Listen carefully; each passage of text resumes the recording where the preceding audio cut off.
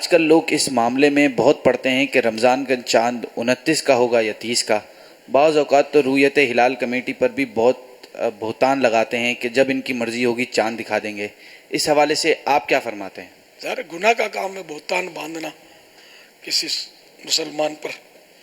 اور یہ کون ایسا نادان ہوگا کہ جو جان بوجھ کر 29 روزے کے چاند کا اعلان کرے گا اور ایک روزہ مسلمانوں کا خطا کر دے گا. میری سمجھ میں ابھی تک آیا نہیں ہے.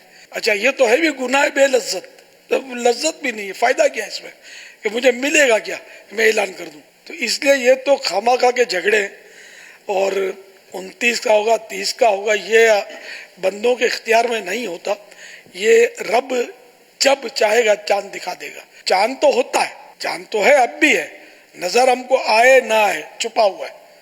چاند ہے مگر اس کی رویت، اس کے دیکھنے پر دار و مدار ہے کہ نظر آئے. شریعت نے اس کا مدار دیکھنے پر اور گواہیاں گزرنے پر اور ایک پورا سسٹم عطا فرما دیا ہے.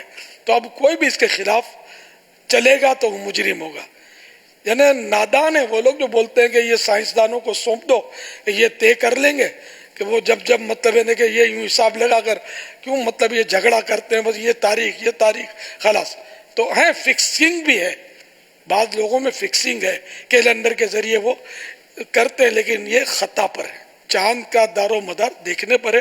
اور قرآن کریم میں نا یسألونک عن الاہلہ قل ہی مواقیت للناس والحج، یہ آپ سے سوال کرتے ہیں چاند کے بارے میں، چاندوں کے بارے میں.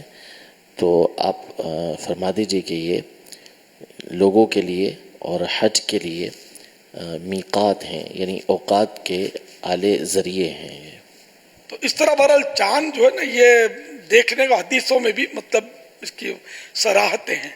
بغیر چاند دیکھے خالی کیلنڈر سے ترکیب بنے گی نہیں.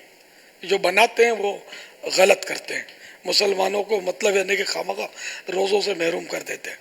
اس طرح کا کوئی بھی اگر آپ کے پاس ٹیکسٹ میسج آتا ہے یا کچھ آتا ہے یا کوئی سائنسدان لیکچر دیتا ہے کہ چاند تو فلاں دن ہوگا، میں نے حساب لگا لیا، یہ کر لیا وہ کر لیا، تو یہ تو یعنی کہ اپنا حساب خواب میں رکھ.